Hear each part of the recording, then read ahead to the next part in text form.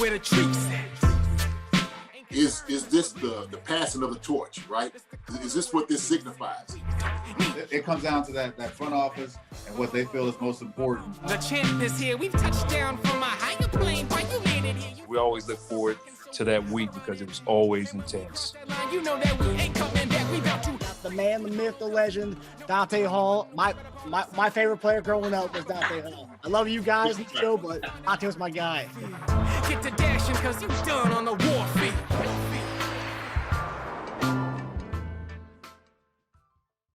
This episode of Chief Concerns is brought to you by BetOnline.AG. BetOnline.AG is your number one source for all your basketball info, stats, news, and scores. Get the latest odds and lines, including the latest player reports for this year's pro basketball playoffs. BetOnline is always your sports information headquarters this season, as we have you covered for all your sports wagering needs. Basketball, MLB, NHL, right to UFC, and boxing. BetOnline is the fastest and easiest way to get your betting info, including live betting options and your favorite casino and card games you can play right from your home. Head to the website today or use your mobile device to get in on the action. Be sure to use our promo code, that's BELIEVE, B-L-E-A-V, to receive your 50% welcome bonus on your first deposit. BetOnline, where the game starts. Hey guys, welcome back to another episode of Chief Concerns. I'm Marcus Dash here with legendary tight end Jason Dunn. And as you can see, I'm back in the States, baby. I got the background. I got the whole shabam going on right now. Yes, sir. Yes, sir. Man, glad to have you back. Glad to have you back, my brother. Hold on, let me get my mic over here a little bit closer. Say a little bit louder. Glad to have you back. How about that? Huh? It's a little bit better. Yeah, that sounds crisp. Nice and crisp. Yeah. It's good to be back, JD. 3 weeks was a long time. I think we talked about this before I went on. I was like, wow. I think you and I were trying to figure out the dates, and I was like, wow. Yeah, I guess I'm going to be gone for 3 weeks. It's a long time to be away. It was nice to get away. Obviously, just like being in Europe, I was trying to go on Twitter. Really couldn't go on Twitter that much. Just like everything was slower. I was like, I'm not going to do this. I kind of put my phone down a lot most of the time I was there, which was kind of nice. But yeah, being away for 3 weeks is such a long time. It was like a couple of days before the end. I was like, I'm ready. I'm ready to go back home. I'm ready to get back to America. Also, what I gotta say is one thing that, we're Americans, so we think everything we have is so much better here. And in a lot of ways it is. And it's also nice to see what we have versus what other countries have or don't have. Big thing. Water. When you go to some of these countries, we went to a Mexican restaurant. We were in Budapest my last night there. We wanted something quick to eat. When you go to a Mexican restaurant in America, usually places you go, they give you chips complimentary, right? And they continue to give you chips. They can continue to give you. We went to this place, and this what I noticed everywhere in Europe. If I asked for a soda, every time they refilled my soda, it was a new charge on the bill. It wasn't like a refill; it was literally a new charge. But that was everything. Water, it was a new charge. In the States, they just refill your water. That's it. But yeah, the Mexican restaurant, every time they came back to fill the chips, it was more, like a new bill every time. The bill, no charge? Yeah, the sauces or the what do you call it? The hot sauce. Yeah. Yeah, the queso, the hot sauce, all that was every time they refilled it.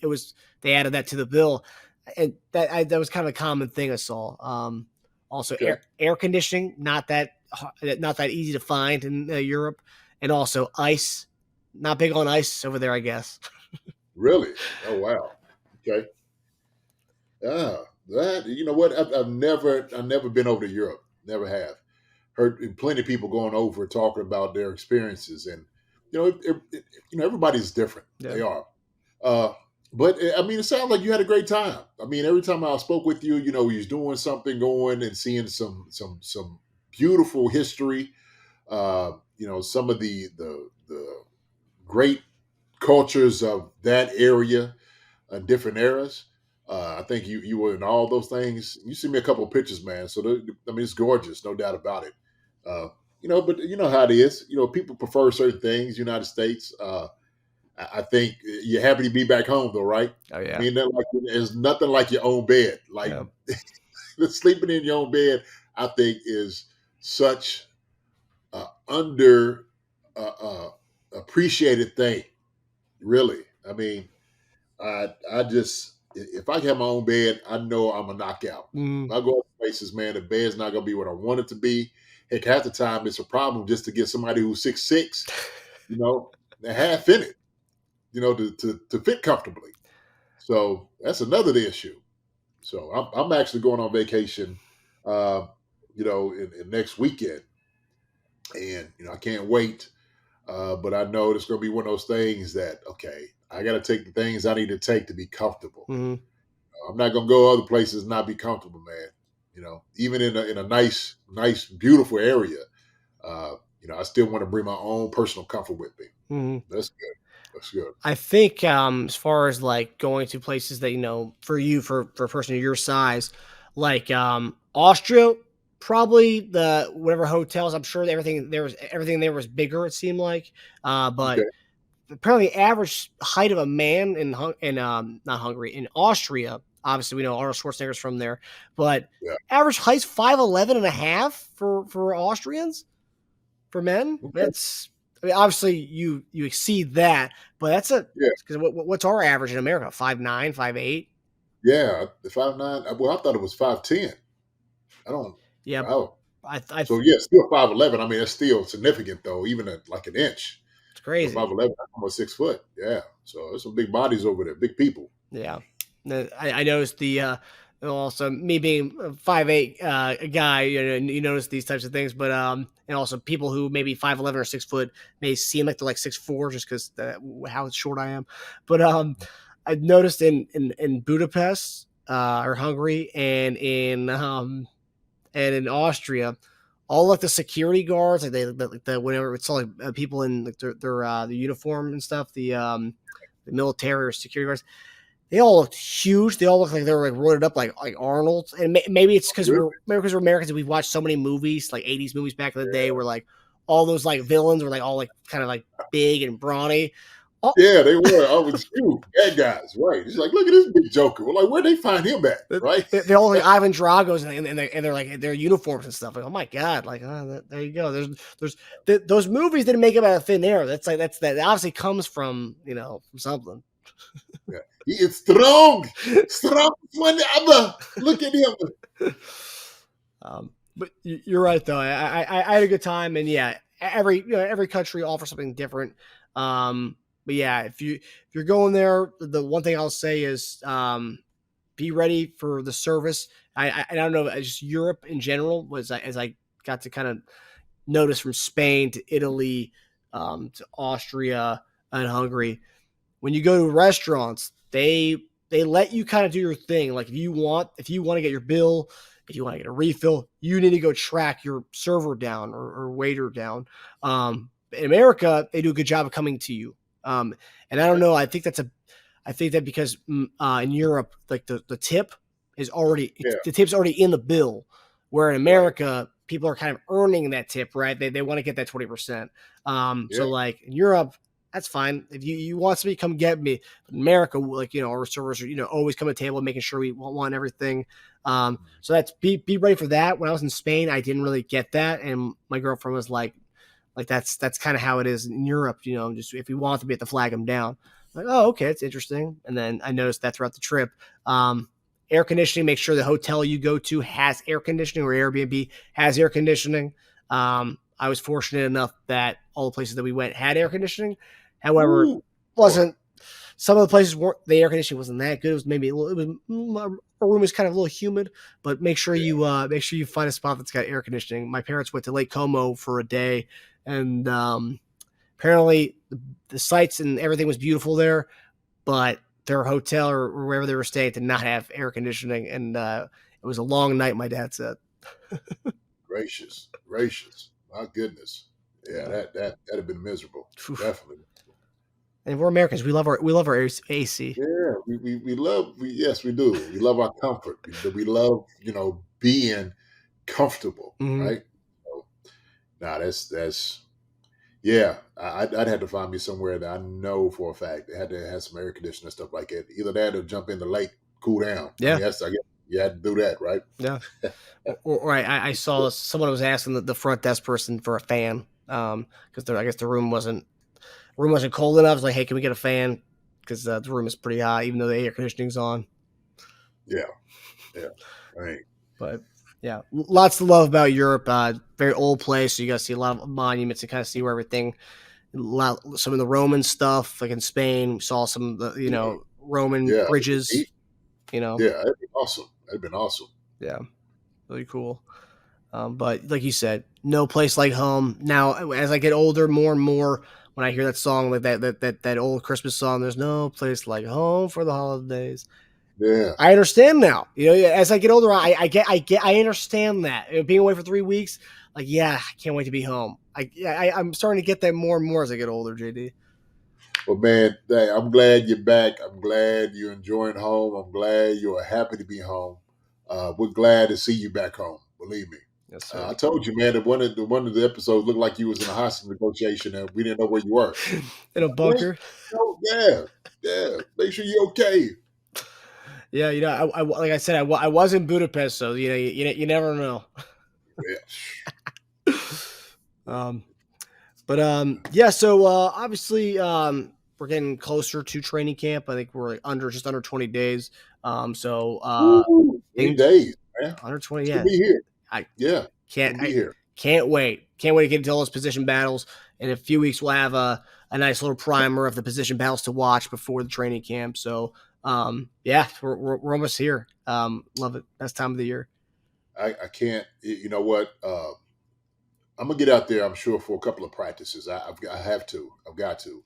I got some things kind of in the works, and I got to work around my schedule to get out that way. But man, I've got to get out there and go see, man. Some of these guys get after it.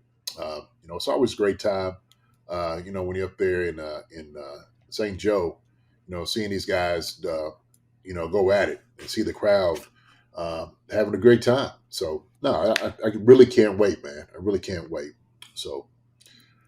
Yeah, and especially this year when we're so deep at so many positions, where it's like I can't wait. Like the receiver position, we don't know how many receivers we're going to hold, but you can make the argument, make it to go with 8. Like that's how deep we are. And also, there's a lot of hype on certain guys. So is that hype actually going to materialize?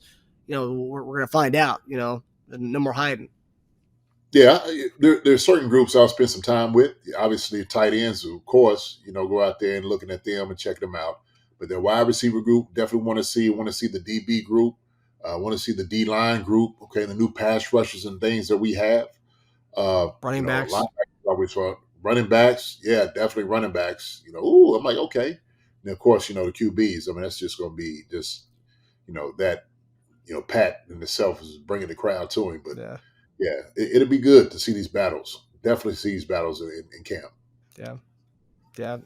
I can't wait for that, and we'll preview some of the battles in a few weeks of what to watch. But JD, so big. We usually talk about the GOAT conversation. That usually is Brady and Mahomes. That's what's been kind of the big thing in the last few years. So the new conversation that Michael Vick kind of prompted this past week was the GOAT conversation of head coaches. Oh, not Tom Brady and Patrick Mahomes, but similar because we got Bill Belichick against Andy Reid. So there you go. It's the coaches of the GOATs, the other GOAT conversation. Right. So so Michael Vick weighed in on the matter on Tyreek Hill's podcast. He was quoted as saying, "I was actually thinking this year, like after Andy won the Super Bowl, he only got 2, but he went to like 4 or 5 NFC Championship games every year. Y'all was in the AFC Championship game. He might be the greatest coach of all time. You don't have to win championships to be considered. I understand Belichick and Brady and that whole dynamic, but Coach Reid did it in Philly, and then he's doing it in KC." The Fox Sports' Colin Cowherd also added to this, put some numbers behind it, but he also said, "If you told me Andy Reid would coach 6 more years, I think the Belichick-Andy Reid debate is on. Belichick's head coaching career is tied to one player. Bill is 9 games under 500 without Tom Brady. Andy uniquely had to wait longer for his legend, but once he got him, he won before him, and he's winning at a pace now greater than anybody." So, JD, you got to play you had Andy Reid as your coach, so you got to spend more time with the guy than I have, or Colin Cowherd has. But when you hear about this coaching debate and kind of as things continue to see, Belichick's path without Brady, Andy with Mahomes, Andy with McNabb, Andy with Jeff Garcia's of the world. I mean, we've gotten to see a little bit of Andy Reid with every kind of guy, right, over the years. And we've seen his success in the NFC and in the AFC. But what do you think about this coaching debate? Do you think there is a point to saying Andy Reid could be the GOAT? Do I think there's a point to be made at it? Sure, I think it could be in a conversation. Just because of obviously what Andy has been doing in the past few years, obviously with the winning with Patrick Mahomes and the Kansas City Chiefs, he's been doing a stellar job. He really has, and I think that's kind of revamped his career as being back in the conversation as being one of the greatest coaches of all time.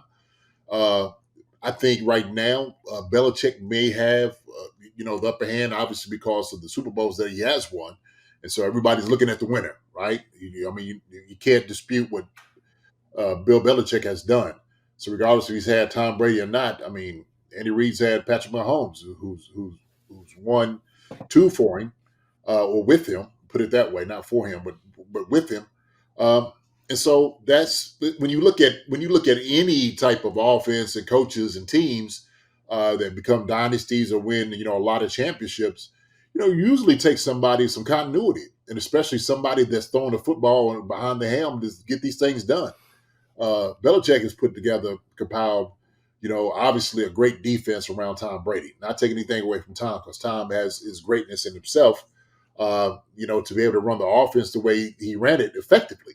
And I'm talking about just putting pieces in. He had different pieces, guys coming in, and it was, plug and play. It didn't matter who it was, plug and play. And it was winning. That defense, man, was an incredible defense with Belichick. So that encompasses a coach, is putting the team together and making a team successful, helping a team become successful. That's what a coach does.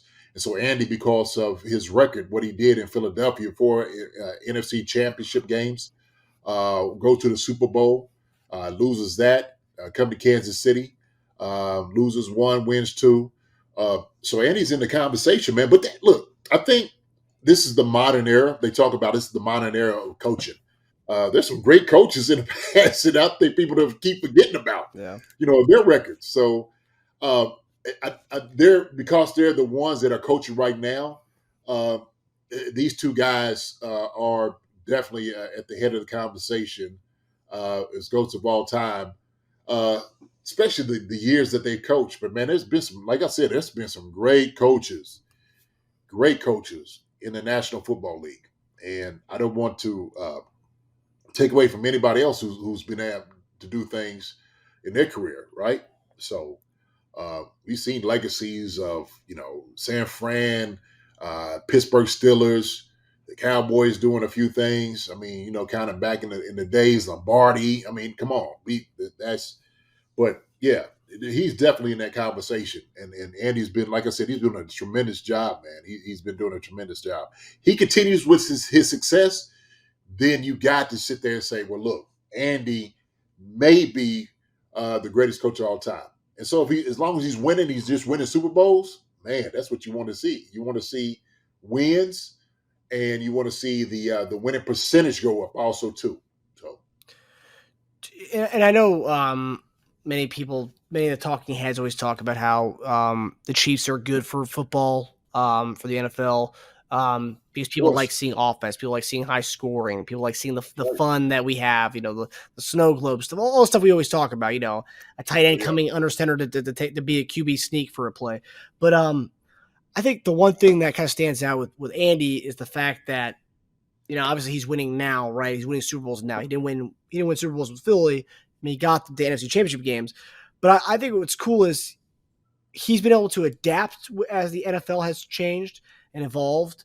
But like early 2000s, I mean, NFL was still a very hard hitting. It wasn't what it is now. I mean, you could see the huge distinction from the time you played to what goes on now. That's why people say it's softer now, right? But Yeah. even so, during those physical eras, Andy was still getting with 4 NFC Championship games. He was getting Philly far with the offense. I mean, the unique offenses he had. They weren't winning it, but now as the kind of NFL's evolved more towards the offensive side, Andy's right there, been in kind of the thick of things. Now he's able to win, and it helps having Patrick Mahomes. But I think it's interesting to see how he has evolved as the NFL has evolved. He's winning now, whereas Belichick, as the game's evolved, when we talk about his defenses were great early 2000s when the Patriots dynasty really began. But then once Brady's gone, and then that defense, I mean, he's still the same defensive genius. That team's really doesn't look the same, I mean, I guess as the kind of the game's evolving to more offensive stuff, it seems like the defense, the defensive minded things, kind of the way of the past. I'm not saying defense is the way of the past, but it seems like that teams that are winning right now, the defense being the defensive minded coaches aren't winning the Super Bowls. It's the offensive minded guys. Look at McVay, Andy Reid, as far as more recently at least. Bruce Arians. I mean, these are all the last few years. It's all been offensive minded guys winning, and the defensive coaches aren't winning the big ones anymore. Well, I think, okay, there's a point there, but also, too, you got to realize that the teams that have been winning do have great defenses. You have special guys. The Rams have special guys. Aaron Donald, Jalen Ramsey, Leonard. You had to say the same thing out there with Tampa Bay. The defense. The defense was incredible, playing against the Chiefs in the Super Bowl. And so Todd Bowles was the one running that defense. Yeah. So you definitely defense has that role. They always talk about defense wins championships, and we know that was something back in the past, and it's still what's the name? It's still vital today. It's just, I think, with Andy, because of his brilliance and his creativity, it may overshadow our defense. What they do, our defense did a tremendous job out there on the field, holding their own, and that's what you just need. And you knew with the Chiefs, it's like, okay, look, just keep it within range, okay? Keep it where Patrick Mahomes and them guys can get out there and start torching the defense, that it doesn't get away from you. And that's what Spags and those guys did. They might have been bending, but they didn't break. They did not break. So those guys came up big. They played when they needed to play big. And Andy was like, okay, now let me go to work. Now let me get Patrick and those guys out there to work. And so I think because of his genius offensively, Andy's able to really exploit defenses in every aspect of the game. When I watch offense, I'm going to give up the same thing. I'm going to shout out my Brett Tavo. Look, this offense, when I start watching it, 2021 Kansas City Chiefs third down offense. I'm looking at these plays, man, and I love what he compiled and put together. I'm looking at these plays, and it's plays that we've ran before, but there's a creativity to it, right? And he's like, okay, look, I'm the mad scientist, and I got somebody who's going to be my Igor and put it out here and do it the way I want it to do it, right? Maybe that's a bad analogy, but y'all get what I'm saying, right? Mm-hmm. Patrick Mahomes, he's the magic man, and Andy Reid, he's the conductor. He's the conductor. So Patrick's Beethoven, if you will. But hey, we understand that defenses have a place. You do need a great defense. San Francisco, the Eagles, they all got to where they got to because of their defense. So you can never count that out. I mean, these guys, we're talking about right here from winning, from being that close to being winners in games. It's just, we just had a better offense. We just had better guys on our side. Our Joes is better than they Joes. So yeah, man. Talking Head's going to have a lot to say. They are. But, when you start to go conversation, you start parsing through things, looking at the full record, taking it all in. Like I said, we can't discount Belichick's brilliance, but also, too, Andy's right there nipping at his heels. And Belichick will probably be done in the next few years. I don't know. He's 71 years old. Andy's probably got another 4 or 5. Hopefully he's got another 4 or 5 in him. Yeah, I know he loves winning Super Bowls, man. We're going to bring another one back this year. Keep running it back. Keep running it back. You keep your core guys here and healthy, keep running it back. Yeah, I mean, if I'm Andy Reid, as long as you have Patrick Mahomes, as long as you have Chris Jones, you stay as long as as long as they want you, you stay. There's no reason to get out of there. And I remember during the Super Bowl, remember when everyone kept asking him, "Is this your last game?" He was getting really pissed off. You could at the beginning when Bradshaw first brought it up to him, he kind of like chuckled. And then like as the night went on, where every person kept asking about it, he was like, "Okay, like I've been asked this question all night. I'm not going anywhere. I'm retiring." Yeah. Hey, you kicking me out of the building? I ain't ready to go. Shoot. I mean, I just won this Joker. You want me to leave now? Shoot, I'm enjoying my wins. I'm enjoying my more wins. That's what I'm gonna do. I'm gonna keep winning. How about that? So I'm gonna, solidify my name etched in one of the greatest coaches of all time, one of the greatest and brilliant creative minds offensively of all time. This is what I'm doing. I'm cementing my legacy. And so Andy ought to do that. Why not? Why not? Sure, ain't nothing else to do except go fishing. Shoot, you want to use that mind, Andy. He loves being around the guys. The guys love being around him. Man, he's the guy to be with right now in the NFL. He really is. So, we got all these new guys coming up. Hey, man, Andy Reid is taking them. He's showing them how it's done. Showing them. And also with Andy Reid, bring that up as he's the guy to be with. Another sect of this whole Belichick versus Andy Reid conversation is coaching tree. Look at the coaching tree. I mean, look at the guys who've come from Andy Reid's, some would argue it comes from the Mike Holmgren coaching tree, not the Andy Reid coaching tree. But I mean, look at all the guys who've come from Andy Reid's coaching tree, and then also now, and people want to say, "Oh, it's Patrick Mahomes based," but like. Everyone, like Mike Kafka, he was our quarterbacks coach, nipped an OC in New York. So many guys that they want to have a piece of what Andy Reid's got. Nagy became a head coach after 2 years as an OC with us. Doug Peterson became a head coach. I mean, just look, even just in the Chief days, just look at all these guys who've gotten jobs from this. I mean, not to mention when you were there in Philadelphia, all those guys became head coaches. Yeah, John Harbaugh, Sean McDermott. You can name them. Brad Childress, so we can go up and down the board, And Belichick had it, you look at his tree, they haven't been quite as successful on this side of it. But those guys are defensive guys. All the other guys, McDermott and Harbaugh, those guys, brilliant guys in the right. They are, But yeah, man, I think you got a great point there.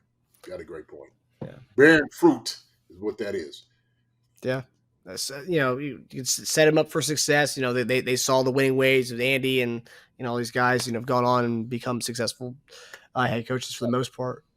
So the way the statement said, if Andy continues to win, he wins one more, the conversation has to be serious, right? Yeah. Colin Cowherd said, yeah, look, if he coaches for another 5 to 6 years, and he racks off about 3 or 4 of them in that 5 or 6 year period, absolutely has to be in that shoe, without a doubt. It's not, at that moment, I think, yes.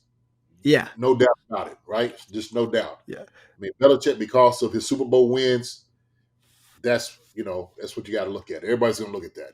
So yes, 6 more years, and he wins 3 more. So that's, the last 3 years, so 9 years. So 3 more to that with 5 and 9 years. Of course, the GOAT conversation or the GOAT. I mean, it's ridiculous. Yeah. That's actually a ridiculous statement. Vic saying that you could say he's the GOAT now. That's where that's where you can have the kind of the debate. Yeah, right. Yeah, okay.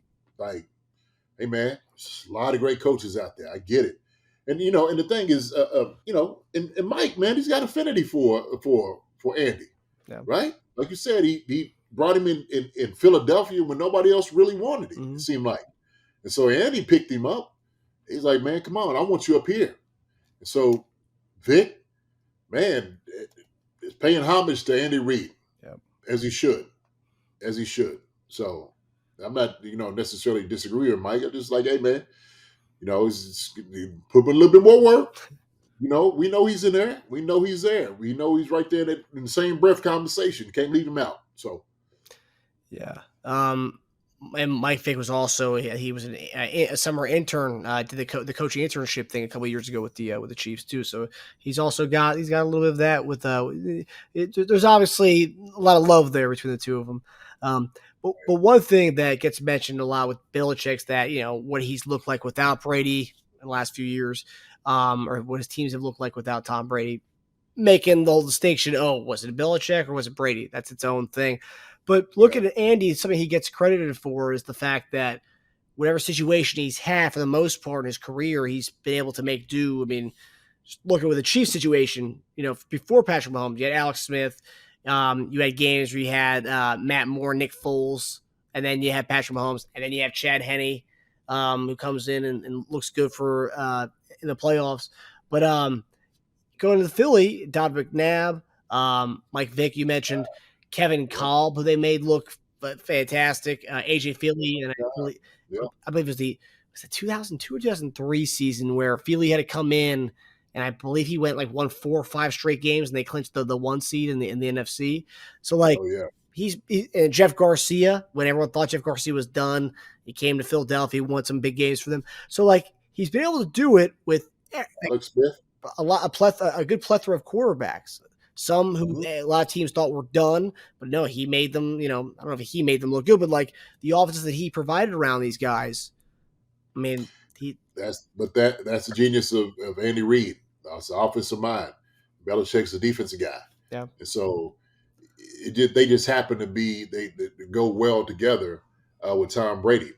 He had a guy on the offensive side that could carry that weight for him. Josh Daniels and them guys did a good job kind of getting those guys in different positions. So I think that's what it was. But yeah, that's the genius of Andy. It's the genius of Andy, man.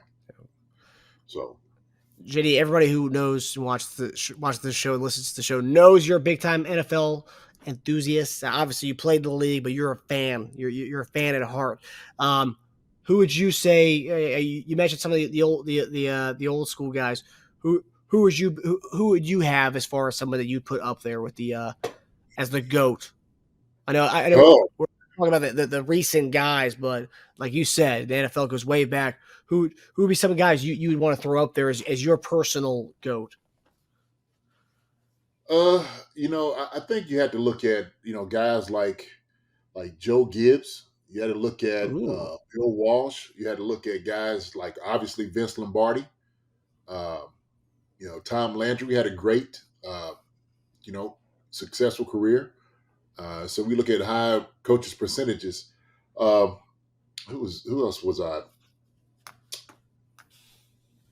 I was looking at somebody else earlier because me and Chad was having this conversation about this. Oh, Chuck Noll, right? Chuck Noll, with Pittsburgh Steelers, and so Don Shula, so there's some really good names that's in the conversation. What's going on? Guys winning multiple championships. So that's the names I'm talking about, right? And these are names that a lot of young guys don't really know. They didn't really know anything about it. They all it's a different era and stuff like. Well, shoot, everything is geared toward whatever area you're in. If you're dominating in it, heck, I told you even John Madden. Nobody realized, John Madden how much butt he was kicking. Oh yeah, when he was coach. So, so all those winning percentages, all those different things matter. So, there are great coaches out there, man. Great coaches out there, no doubt about it. Yeah. The one thing with Madden, if I remember correctly, he had a high winning percentage, one of the highest winning percentages of all time. But only one ring to speak for it, which is just interesting. Yeah, and that's why it's so hard winning championships. That's a tough thing when I'm telling you, tough thing to obtain. That's the difference, and everybody's looking at the winner. That's what makes Belichick okay, because of the rings, right? Yeah. That's the whole Jordan and LeBron talk with the conversation. Where's the rings? He got to go over here to win it with certain guys and stuff. So it's always going to be those conversations, right? They don't even, sometimes somebody brought up, Kobe Bryant's not in the conversation. Why y'all even putting Kobe in there, right? True. Or, Kareem Abdul-Jabbar, Magic, or any of those guys. So, So yeah, man, it's you just got to look at it for what it is: winning percentage, playoff wins, Super Bowls, all those things, changing coaching tree, all of that, all of those things, uh, come in consideration. And he's definitely in at the top guys. He's in the top list of guys in those names, and he's swirling right in it. Right. One day you may pull one guy out, another guy comes out. This one right here. So Yeah. yeah. In 30 years' time, there'll be probably two other names that what we know that we're not even thinking about right now. Who will be people will be talking about potentially the next go. Mm-hmm. Yeah. The only thing is, for Belichick, it's going to be hard, like you said, for who he has right now. The team hadn't been looking good for the last few years, man. He's falling behind. Yeah. So it's Andy's time to go ahead and overtake that to be that guy. So. Yeah, I mean that the whole thing they had last year. I mean, I think that's one thing too, because we were thinking about the current state of things. But like Belichick giving the offense to a defensive guy last year to run the offense. I mean, it's like what this is 2022. Like we're talking about how the game's evolved. I mean that you're maybe a defensive guy, Bill, but like, I mean, come on, it doesn't make any sense. That's arrogance. That's why it didn't make any sense. They always thought they were smarter than everybody else, right? When you have that prestige and you won that many games, it's like, oh well, we done figured it out. We well, this is gonna work. Well, y'all flailing now. Yeah, shoot. They look like ducks out there. So yeah. I don't know whether the Patriots used the musket or whatever they got, but they need to try something.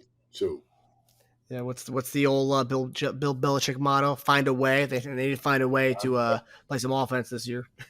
Yeah, the Bills is up there running that division right now. It's some tough sledding in that division. Tough division. Jets now, Dolphins, Bills. Yeah. Yes. That's gonna be a gauntlet. Remember, last year everyone was talking about the AFC West being the gauntlet. I think in the AFC you got that division's more of a gauntlet than ours. And what do you call it? The AFC North as well. Oh yeah, yes, yeah. So yeah, so good luck to Bill and everybody in the AFC East. Okay, so the other big topic this week was a continuation of the Super Bowl. A little bit, it's been about almost a half a year since our Chiefs won the Super Bowl against the Eagles. But a recent report indicated that the NFL blamed Super Bowl the slippage of players in the Super Bowl. They're blaming it on the players for not using the proper cleats. So NFL not taking any responsibility for the field, that the conditions of the field. They're saying it was the players not changing their cleats. So they blame. Hold on, you said they blame the players. They're blaming players or the organizations for not having the proper cleats during the Super Bowl. All right. Okay. So former Eagles defensive back Chauncey Gardner-Johnson, who now plays for the Lions, saw the report on social media and reacted, mentioning that he changed out his cleats 3 different times during pregame warmups. Gardner-Johnson also turned his focus to the Chiefs' O-line, claiming that the Eagles' D-line would smash them on legit grass, as he put it. And just as a refresher to everybody who may have forgotten, KC, our offensive line, allowed 0 sacks during the game. And Orlando Brown famously said 0 sacks, put it on a T-shirt after the Super Bowl win, and he did just that at the Super Bowl parade. But the funny thing about this, as a sidebar to this, Chauncey Gardner-Johnson plays for Detroit. We're playing them week 1, so this is like added like ammo, even though most of the comments online was between Orlando Brown and Chauncey Gardner-Johnson, neither of which play for those teams anymore, which is funny. But what do you make about this story about the NFL saying that it's the players' fault for not changing their cleats or not wearing the proper spikes? Well, I'll say this. I wouldn't necessarily put it on the players. Obviously, they're going to say, well, the training staff or, the manager is supposed to know, what the field's going to look like. But if I'm not mistaken, this was like a kind of a prototypical field that they put together and grew and, some back lab and made it to look it was going to be the best type of field ever, the Super Bowl. And then all of a sudden, you want everybody to adjust. to this new type of fescue or whatever you had out there to run in. But look, I get it. I understand it. As a player, you would always carry 2 or 3 different shoes. Your managers will say, "Hey, man, hey, look, the field's going to be looking like this. You might want to have these cleats and stuff." So if you guys change from quarters to 3/4 or whatever and try to get that feel, then it happens. It happens in a game. So it happens. It happens almost every week, pretty much, because you just want to be comfortable. And sometimes one cleat may not be comfortable for you because if you're practicing on your field, then you got to go against opposing field that you don't really know. You got to carry 2 or 3 different cleats with you. So, Brad, look, both teams played on the field. From what I remember, right? Chiefs and Eagles both was on the field. Hello, is this thing on? Both teams played on the field that Sunday. Yeah. Okay. And if I look at it, I think the Chiefs defense had 2 sacks, 7 pressures. 2 sacks. What happened to this drawing out of pass rushes and defense that the Chiefs offensive line was supposed to see? The Eagles offensive line went chopped liver. They was talking about they might be the best offensive line in the game. I kept hearing that too, as far as argument, right? Heck, the Eagles went up on the Chiefs early on, didn't they? It's back and forth. Jalen Hurts was doing his thing. It looked like they were going to be running around. And then all of a sudden, everything changed. Hey, guess what? PM15 came back out second half with that little limp, looking like the champion he is. And he was giving one for the Gipper. He was giving one for the Chiefs. He was giving one for the Warriors. That's what he was doing, baby. So, hey, and guess what he started doing? He was running on that defense all over the field. They couldn't catch him. With his little limp, and he's getting around with, the hips and stuff, and they couldn't catch up to him. So both teams played on it. Got Jalen Hurts down when they needed to. So don't start making excuses. If you got beat, you got beat. And when you start making excuses like that, or you're saying things like that, oh, look at this. See, I told you this was going. Well, both teams had to deal with that. They both had to. So both teams dealing with conditions that wasn't optimal, and whoever came out won. That's it. They used to say the same thing about turf. Oh, turf's gonna make you faster. Well, shoot, the other team's playing on turf too. Mm-hmm. Did we forget that? This is gonna make us faster, not them faster. No, look, turf is gonna make everybody faster, right? So I don't know, man. You keep saying these things, and look, and guys, sometimes just make you look bad. When you start doing things like that, it makes you look bad and look sad too. So, hey, man, take the L. Move on from it. Just move on from it. Yeah, it doesn't make any sense because it's like Eagles players like Chauncey Gardner-Johnson, they're making it seem like they were the only ones who had to play with this disadvantage. Well, both teams played on that field. Both teams had the opportunity to change the cleats. I don't know, maybe if you did change cleats, maybe the spikes you weren't working out, or maybe change the brand. Maybe you were in Adidas, you should have worn Nike. I don't know, but like to say like you were like the Eagles were, were disadvantaged. That's not true because both teams had to play with the same exact disadvantage with playing on that field. And look, you can say, look, they had a great defensive line, a great pass rush, no doubt about it. But I think the Chiefs' offensive line knew what the task they had to do, what they had to uphold. And they were focused. They were focused in on what they had to do. Okay? Our offensive line is not chopped liver either. It just wasn't. And so we need to get away from that point like they were just going to go out there and just break the bank and just start getting sacks left or right on us. No, sir. No, sir. Okay? So we can go all the way from left tackle to right tackle. Those guys did their job. Yeah, put it on a T-shirt. 0 sacks. 0. Okay? They got the job done. All right? People threw a lot of shade to OBJ. That's fine. Yeah, 0 sacks. Joe Thune, 0 sacks. Creed, Humphrey, 0 sacks. Trey Smith, 0 sacks. Okay? My man, right tackle. I don't even forget his name. Right. Who's on Oh, right tackle? not Schwartz. He plays for the No, Commanders now. Oh man, his name. Oh, jeez. Eastern Michigan. 0 sacks. That's embarrassing. But 0 sacks for him too. Okay. All right. And then they had great protection. The running backs did a good job of checking out, giving help if they needed to watch to make sure. And then Patrick Mahomes does his hat trick again. He does his abracadabra, hocus pocus. Next thing you know, I'm running down the field. And, I'm hitting you over the head. I'm getting 30 or 15 on running on you. And you wasn't seeing that. Okay. Heck, if you ain't hold a guy down the, juju down there, it might be, an issue. We don't want to talk about those things. Okay.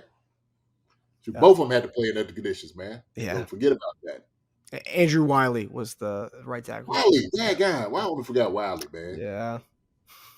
Andrew Wiley. Sorry, Wiley. Big dog. Sorry, buddy. 0 sacks. Wiley, 0 sacks, too. Okay. Yep. There it is. Yeah. Chiefs had 2? Okay. We had 2, yeah. And they had 7 pressures against the Chiefs. The Eagles pass rush had 7 pressures against the Chiefs. 7 pressures. Yeah. 2 sacks, 7 pressures. I guess our defensive line was mediocre. They got 2 sacks. Yeah. They kept talking about how great the Eagles' offensive line was, and they are. We're talking about these are good, hell of some guys. Yep. Hell of an offensive line, no doubt about it. Top in the NFL. They give up 2. Yep. So.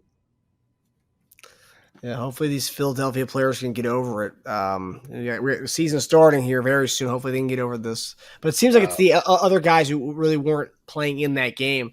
Because Chauncey Gardner-Johnson, which is another sidebar here. So since he plays for Detroit now, we play them week 1 of the season.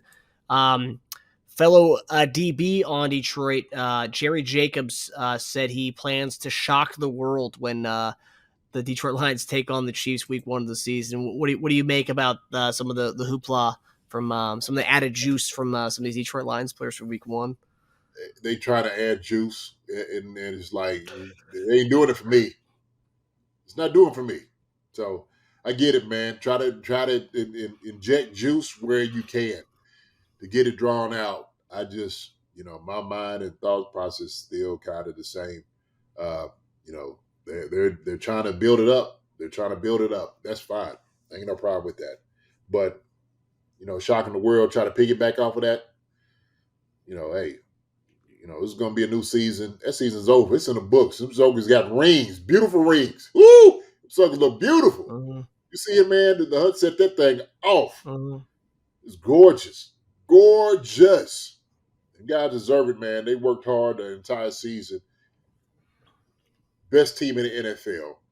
And they showed it all season. You want to talk about the field. Come on, man. Get out of here. What's your so the line for the week 1 game? Just talking about the shock the world comment, and also we talked about this before, but shock the world. This isn't some mid-major school. This isn't like William and Mary playing Duke in the championship or during the season. Shock the world. No, there's 32 NFL teams. You happen to be one of them. You're an up-and-coming team. It wouldn't shock the world. It's a ridiculous statement. Look, first game of the season. If they play in a high level, you can catch anybody any given Sunday. Let's just say that, any given Sunday. So would it be a shock? No, we know it's an up-and-coming team. We know Detroit is well coached. We got some guys up there, some players are doing a great job. We watch them get better, under Dan Campbell. And so, man, shoot, we wanted to be a great battle. Believe me. You come out there in Arrowhead, you get ready. These suckers are going to try to take your neck off. In Arrowhead, believe me. You come up there, you start hearing, oh, and the Chiefs, and man, it's going to be bearing down that first game. Yeah. This is right here, primetime TV. So don't get your panties in a bunch. Don't piss down your leg. You come to Arrowhead, man, you better be ready. and they will. They'll be ready. So before a good game, I'm sure it will be. Yeah. Hopefully it's better than that Rams Bills game that we had witnessed opening night last year. That was miserable to watch. That was awful. Yeah. Which turned out to be symbolic for the rest of the season for the Rams because that was brutal. Yeah. Rams just don't star power like the Chiefs, man. And we were talking about guys on the team. Yeah. I mean, ain't nothing better than Patrick Mahomes, Travis Kelce, Chris Jones, Andy Reid, Isaiah Pacheco, and the whole crew, offense and defense, everybody. It's just going to be a blast watching these guys get after it, man. Really. Yeah. And the one thing that's going to suck is we're going to have to wait 10 days to watch the Chiefs for week 2 because we play on Thursday. So we're going to have to wait 10 days. That's going to suck. But yeah, nevertheless, it goes right out the gate. We get to play right out the gate. And the line has come out for that game. Last I checked, the Chiefs were a 6.5-point favorite against Detroit. Obviously, we have time to see how things manifest over training camp, Right. But 6.5 points to open up the season at home. The touchdown favorite. Gotta love it. Yeah. Oh, yeah. So final topic, JD. So obviously when the schedule came out, we kind of wanted to let things simmer a little bit, and I think we had guests on the show, so we never really got to talk about the schedule or to get our annual JD's prediction of his game by game prediction of the preseason view of it.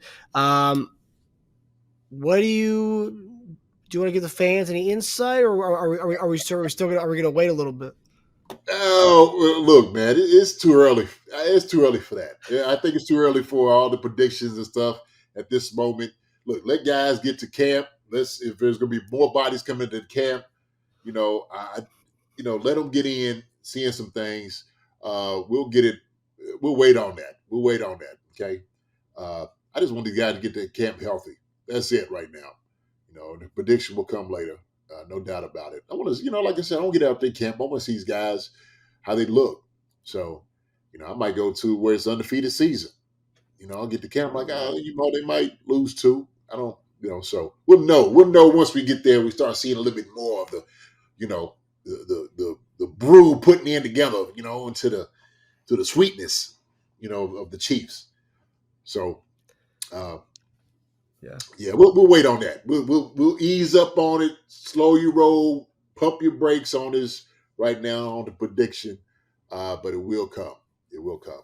So yeah, that's fair. And I've seen a lot of people do the prediction stuff. It's like we've seen a lot of guys getting signed right before training camp or even during training camp that would probably maybe change people's opinions on how things would go, especially we're going to do this right probably about a week before the regular season starts. So we're going to see potential injuries that may have happened on either offensively, defensively, or even other teams we're going to play this year.